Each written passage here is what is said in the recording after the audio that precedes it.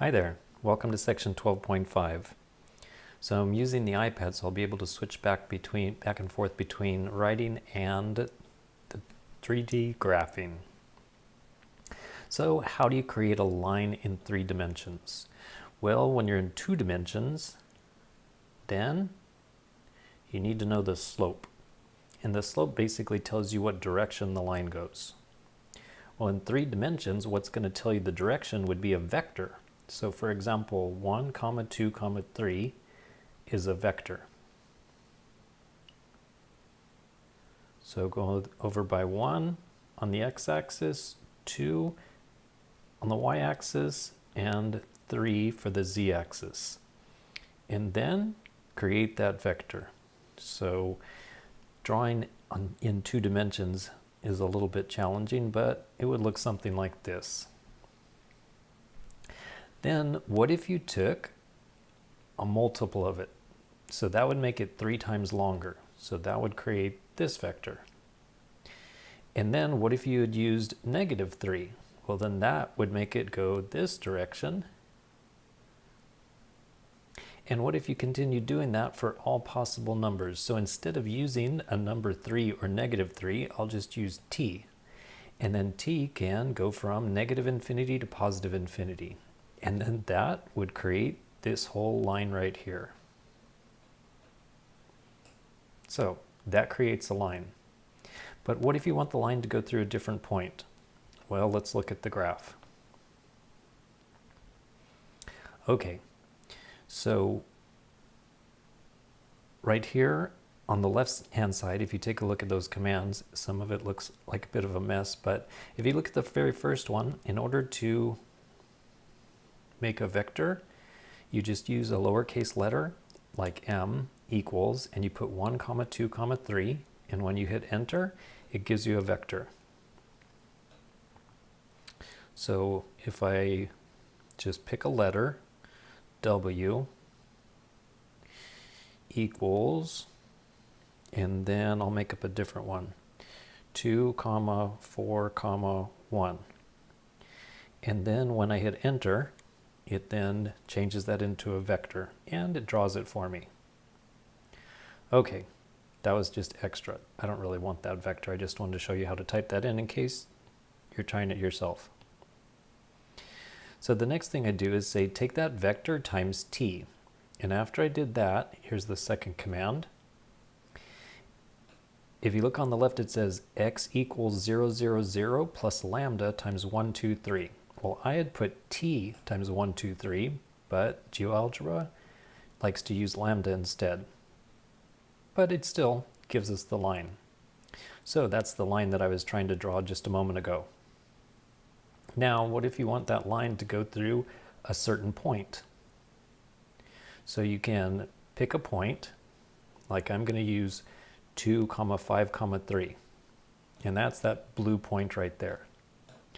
And basically, when it says x equals, all I need to do is change the 0, 0, 0 to 2, 5, 3. So when you put the 2, 5, 3, it's now going to go through the point A, as you can see right there. And then it still has the same direction. So those two lines are parallel because they're both using the vector 1, 2, 3. So it's very important that the vector is giving you the direction. And if you use the same vector, then the two lines will be parallel. Okay, back to the notes. So one way to write a line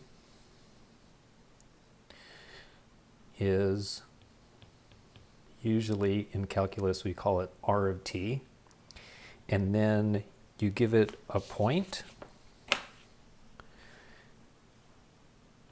and I forgot what that point was, so I need to go back and look. That was 2, 5, 3. So 2, 5, 3, and then the vector 1, 2, 3 is the direction, and that gets multiplied by t. So it was this part right here that takes the vector 1, 2, 3, and then because of the t, it stretches it out to infinity. And then if you want it to go through a specific point, you just put that part right here. Now there's another way you could do it, just slightly different. And that is if you distribute the t, this would be 1 times t. And then if you add the x components, that would be 1 times t plus 2. And then do the same thing with the y components, and that would be 2 times t plus 5. And for the z components, it would be 3t plus 3. So that's a slightly different way to write the equation of a line. Now these are the x's, these are the y's, and these are the z's. So there's yet another way to write the equation of a line, and that is the parametric form. You write down what does x equal, what does y equal, and what does z equal. So x equals 1 times t plus 2. Y is equal to 2t plus 5. And z is equal to 3t plus 3. And personally, I actually prefer this way of doing it, because when you do it this way, then right here in front of t, that's the vector. And then right here, these constants out there, that's the point that it's supposed to go through. So the vector is giving you the direction, and the point is giving you the specific place that it's supposed to go through. Okay, then on to another example.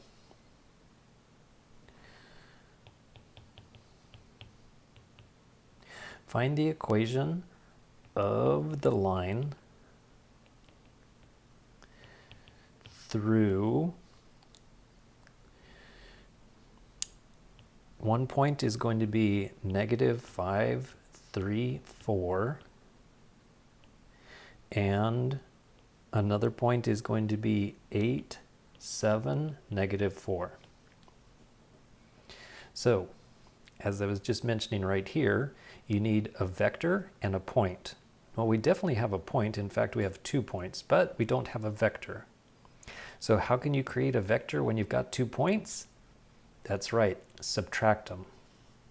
So if this is B and this is point C, then going from B to C will be you take point C minus B.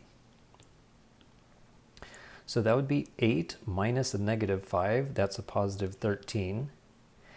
For the y component, 7 minus 3 is 4. And then the last one will be -4 minus a 4 is -8. Okay, so that's the vector that's going to be giving us the direction to go.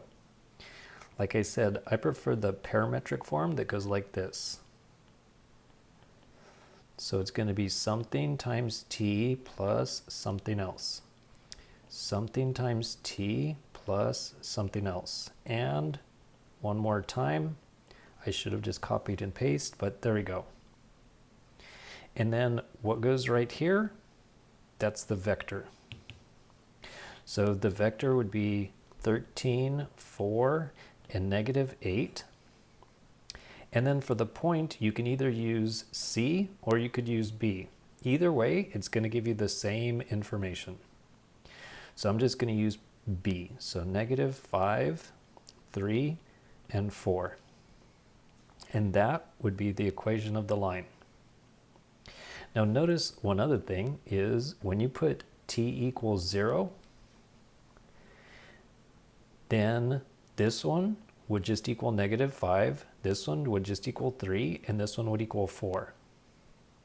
So you would get the first point.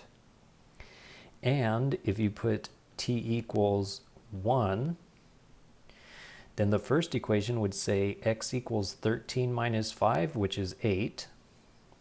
That's this one. The y value would be 4 plus 3, which is 7. That's this one. And the bottom one, when you plug in t equals 1, that equals -4, which is this one. So not only is a fast, easy way to find the equation of a line, you even have control that this is going to give you your starting point, And when t equals 1, that's going to give you your second point. Now, let's take a look at the graph. Okay, so I'm done with these. And next, I had points B and C. Oh, by the way, ignore those little dotted lines. I don't know why it's doing that, and I can't get it to stop, so just ignore them. I'm trying to ignore them. All right, there's the points B and C. In order to graph it, then on the left side, I had to type in curve and then put the 13t plus 8, comma, the 4t plus 7, comma, and then the rest, and then comma. And then you have to put t as the variable, just the letter t, comma, from -10 to 10. And then that should be enough to go through the 2 points. So that definitely worked. So that's how in 3 dimensions you find the equation of a line between 2 points. Now on to the next idea.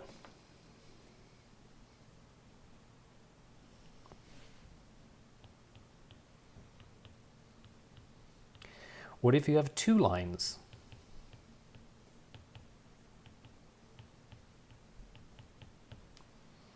So one line is going to be x1 equals y1 equals z1 equals.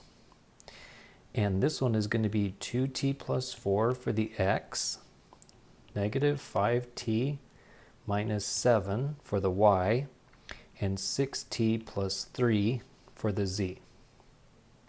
For line number 2, it's going to be called x2, y2, z2. Now when I go to use the parameter, like right here, so I can't use a t. I know you're saying, well then why did you just write a t? Well, I'm trying to point out something. You cannot use the same t because this line is being created over some time interval. Well, this one, maybe it left like a week later. So it's not on the same timeline. So it can't use a t right there. We have to use a different parameter like s. And the second one's going to be negative 7s plus 5. And the last one is 38s plus 1. So do the lines intersect? Well, if the lines intersect, that means that their x values have to be equal to each other. So that means that 2t plus 4 has to equal 4s minus 8. Also, their y values have to equal each other. So also negative 5t minus 7 has to equal negative 7s plus 5. All right, then this is precalculus, solving 2 equations with 2 variables. So what I think I'll do is I'm going to take this equation and solve for t. So 2t would equal, let's see, subtract 4 from both sides. So that's going to be 4s minus 12. And then divide both sides by 2. So that leaves 2s minus 6. Now just take this that we just solved for t and plug it in for this t right here. So negative 5 times 2s minus 6, and then minus a 7. That has to equal negative 7s plus 5. So over here, go ahead and distribute. That's going to be negative 10s plus 30 minus 7 equals negative 7s plus 5. And then I think I'll put the s's on the right side. So add 10s to both sides. That leaves 3s. And I also need to subtract 5 from both sides. So 30 minus 12. So on the left side, there's 30 minus 12, which is 18. And so it turns out that s is equal to, let's see, divide both sides by 3, s equals a 6. Now, We still need to find out what t is, so go back over here and find out that t is equal to 2 times what we just got for s, so 2 times 6 minus 6. That would be 12 minus 6 is 6. Well, that's a strange coincidence. They both equal 6. All right, but we're not done, because back over here, I had circled that the x's equal the x's and the y's equal the y's. And I got 6 for both of them. Let me just see if it works. If you plug in a 6 right here, 2 times 6 plus 4, that would be equal to 16. And this one would be 4 times 6 minus 8. So that equals 24 minus 8, that would be 16. All right, and it's going to work for the y's as well. But what's important is it going to work for the z's? So we now need to check that with the z's. So if you plug in a 6, this is going to be 6 times 6 plus 3, so that's 39. And if you plug in that s equals 6, that's going to be 38 times 6 plus 1. And 38 times 6 plus 1, there's no way that equals 39. What is 38 times 6 plus 1? It's 229. So the answer is no. The x's can equal each other, the y's can equal each other, but the z's are not going to work. So the final answer is no, they do not intersect. Then let's take a look at the graph. So I'm done with these guys, and then these are the two lines that I was just talking about. And do they intersect? So this is definitely not a proof, but does it seem like they could intersect? Oh, wait a second, way down here, it looks like they intersect. What? Oh, no, that's just because of the angle. So if you rotate it around, wherever you think they were intersecting, they actually don't. Actually, right there, that angle is perfect to see those are not intersecting. So the math definitely proves that they don't intersect.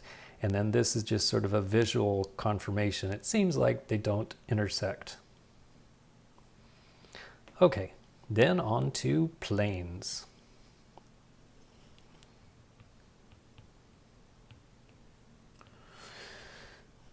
So for example, take a look at this graph.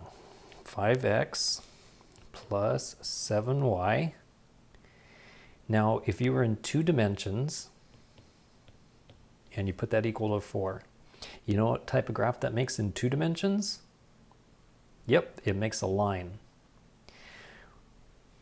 When you put plus something z, like 2z, this makes the equivalent of a line in 3 dimensions, and that's a plane, like a piece of paper.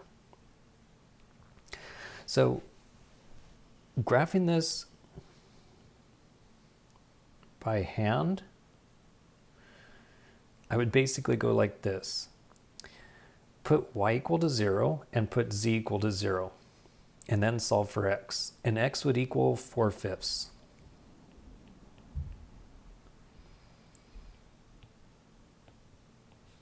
Then put x equal to 0 and put z equal to 0. And y would equal 4/7. All right. And then put, oops, excuse me, got the wrong tool. And then put x and y equal to 0, solve for z, and z would equal 2. And then you can draw this little triangle, and that basically gives you the direction that it's going.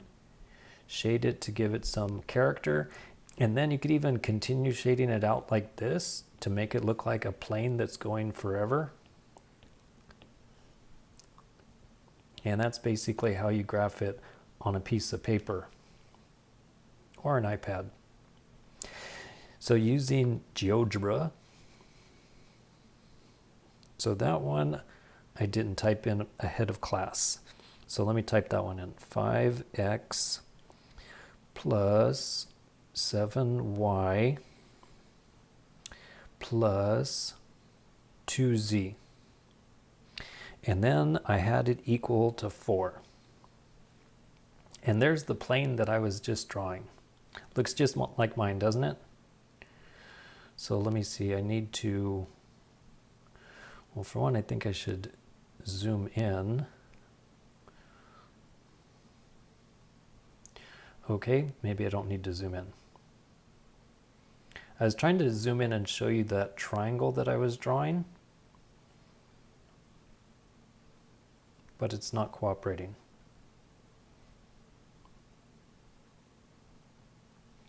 Sometimes technology is wonderful and sometimes it just does what it wants to. All right, so that's that plane.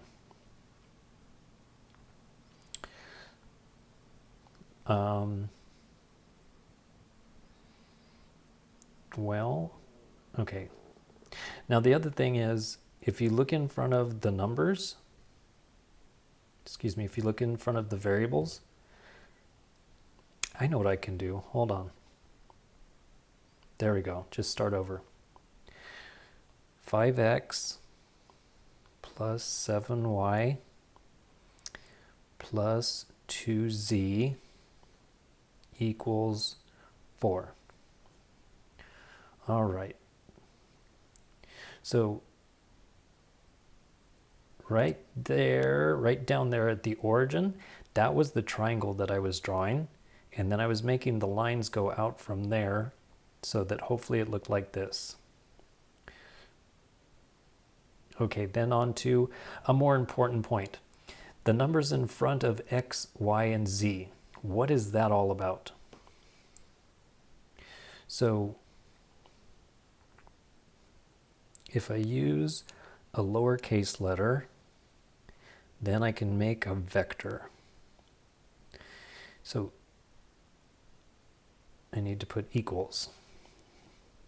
So the numbers in front, 5 and 7 and 2. So what does that vector have to do with the plane? So if we look at it this way, until it's pretty much sideways, right there. Hopefully you can see that the black vector and the blue plane are perpendicular, because they are. So that's an important point. When you've got a plane, then the numbers are sitting in front of x, y, and z, like this 5, 7, and 2, that's telling you the perpendicular vector. So the vector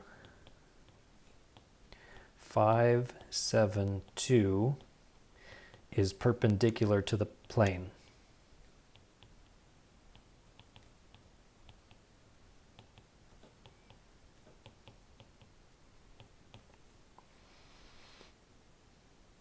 So for a line, the vector is parallel, and for a plane, the vector is perpendicular. Now what if we go back and keep the vector the same, 5, but instead of using x, I'm going to use x minus 1. And I'm still going to use 7, but instead of y, I'll use y plus 2. And I'll still use 2 in front of the z, but now use z minus 3. And still have it equal to 4. So what did that do? So we now have two planes, and the two planes are parallel because they're both using the same vector, 5, 7, 2. So they're both going the same direction. They're both parallel. But the second plane got moved. And if you plot this point, so A is equal to, so the x value would be 1, the y value would be -2, and the z value would be 3.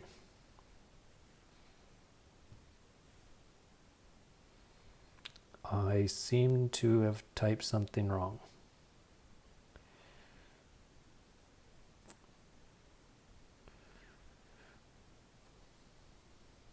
Because that is supposed to be on the plane.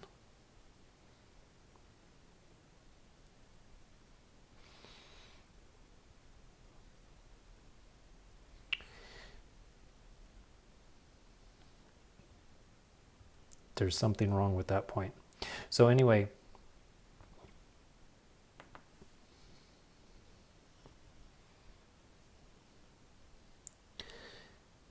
if you have the general equation of a plane,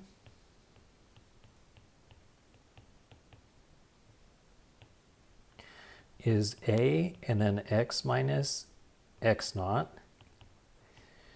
B and then y minus y naught, and then C, z minus z naught. And at first, it's going to be equal to 0. That's the general equation of a plane. And it passes through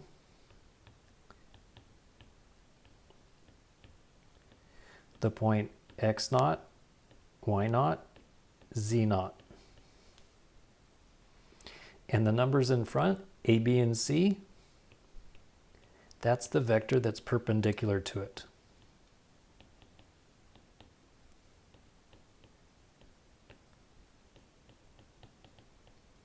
Another way to say perpendicular is normal. So as I mentioned before, you can also say orthogonal. So if you say orthogonal or normal or perpendicular, you're always saying the same thing.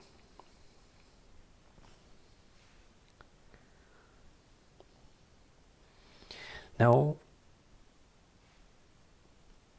for a different example,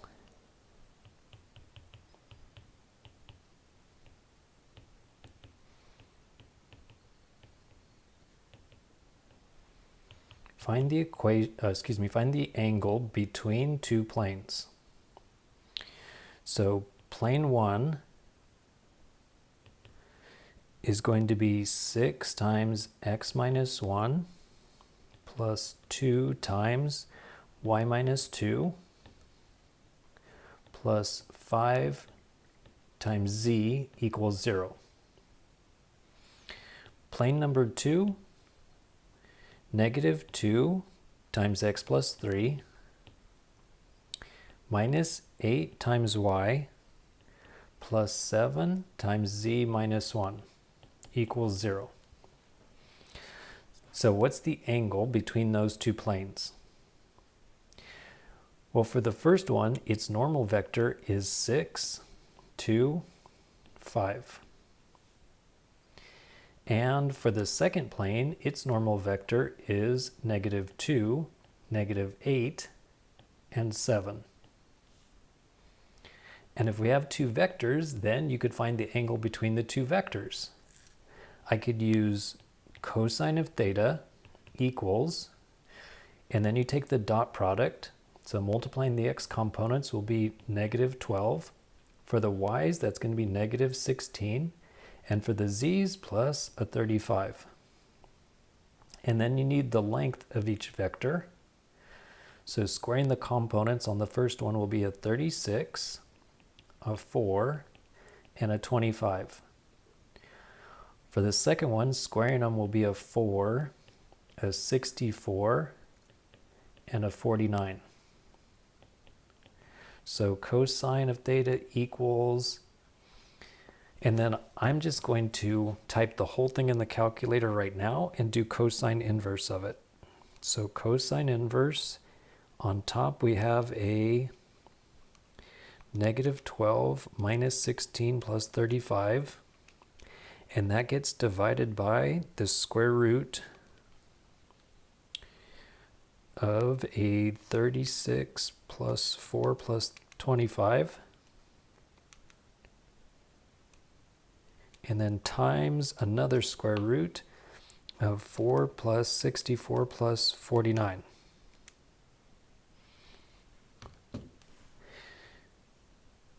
And I already did cosine inverse, so I don't need that part. It turns out the angle between them is 85.396 degrees.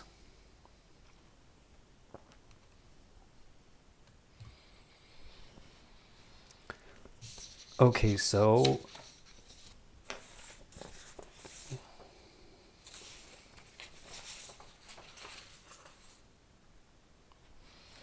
there's one last formula.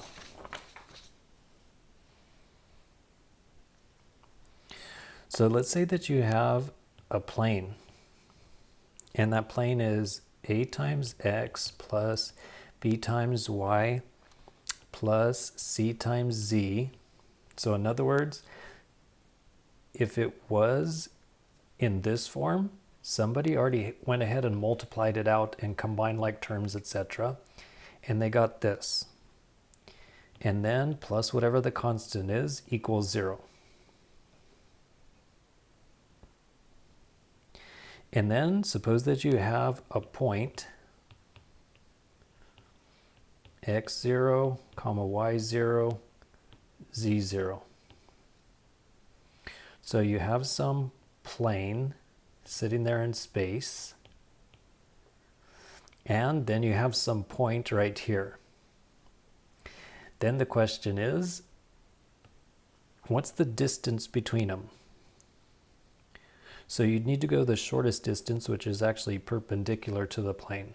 Well, if it's perpendicular, that means that it's going to use its vector somehow.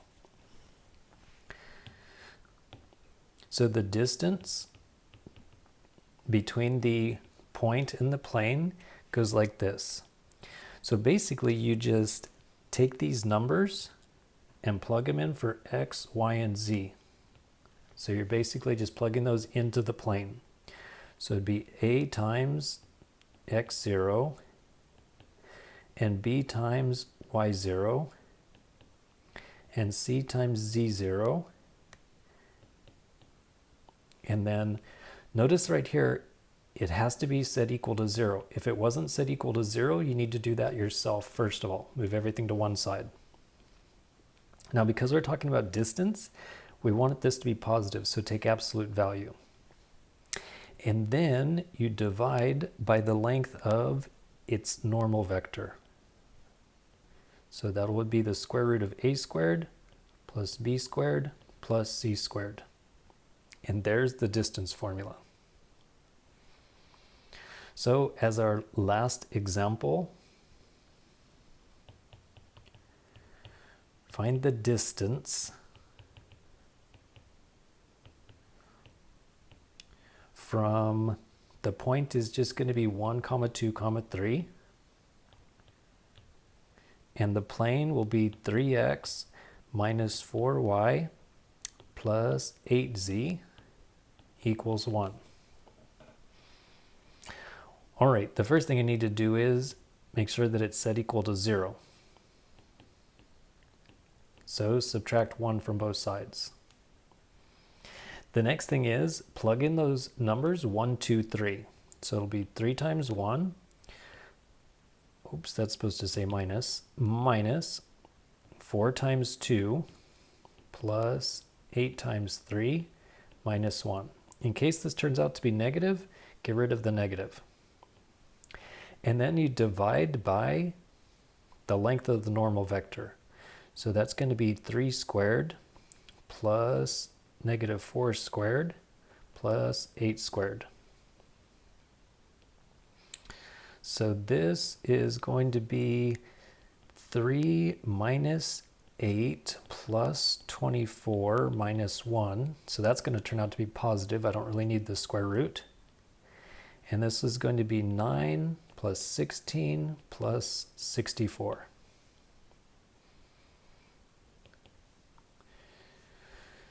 So that is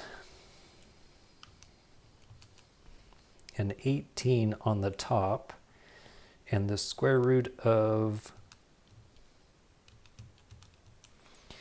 89 on the bottom. So an 18 divided by the square root of 89. The distance is 1.908, whatever the units are, meters, inches, miles. And that's it for section 12.5.